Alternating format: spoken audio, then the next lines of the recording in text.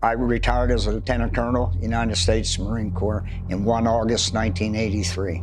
I retired in 1997 from the Marine Corps. There aren't enough days in the year to kind of remember and revere those kinds of people and individuals and those sacrifices.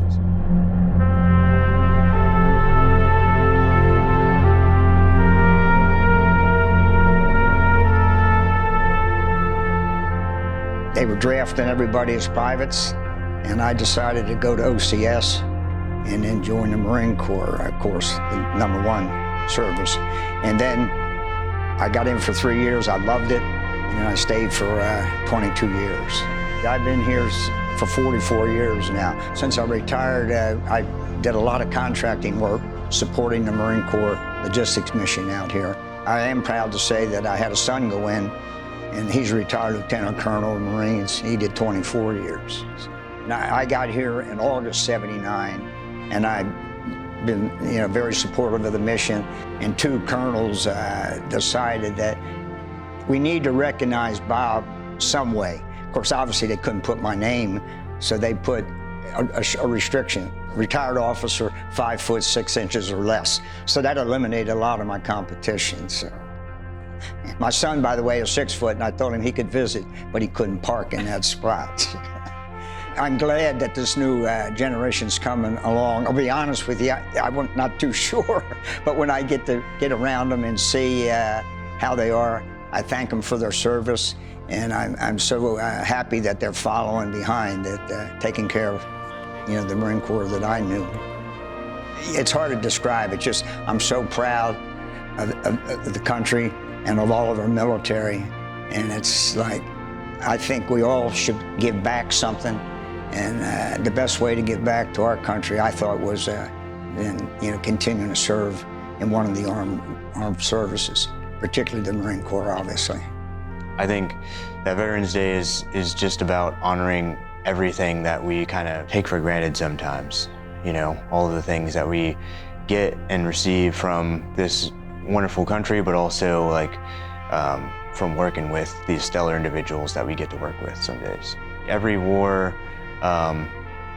for which there are still veterans that are alive today, you can go and talk to those people and get their stories firsthand, and not just their stories, but their outlook. And it is always cool to talk with them a little bit and get, like I said, that perspective, because it's not just about hearing the story of them in combat, but it's the way that they view the world, having been through that, can be interesting. And sometimes it can be the perspective that you need to kind of foster your own growth as well. The way that I revered veterans before I had enlisted or commissioned or been associated with the military personally, there was a lot of reverie there, I guess is what I'll say, because my mom, having been in the Navy and having seen it from outside, but being a dependent, you kind of understand some of the sacrifices that are made. I mean, you feel those sacrifices too. Everyone's a rifleman, everyone learns martial arts, right? All of the kinds of things that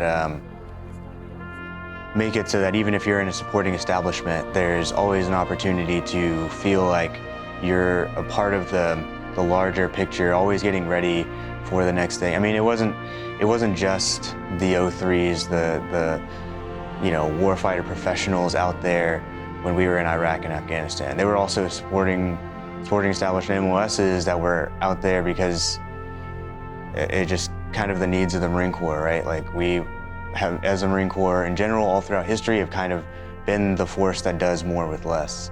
And part of that is everyone being as ready, as combat efficient, or as lethal as possible. My MOS was Nuclear, Biological, and Chemical Defense Officer, 5702.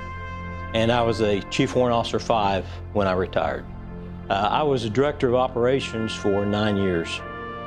I call St. Augustine, Florida home. That's actually where I grew up, but I've been here in Albany now the last 23 years. It was just at the close of the Vietnam War, 1973. Was transitioning from the draft to the all-volunteer force.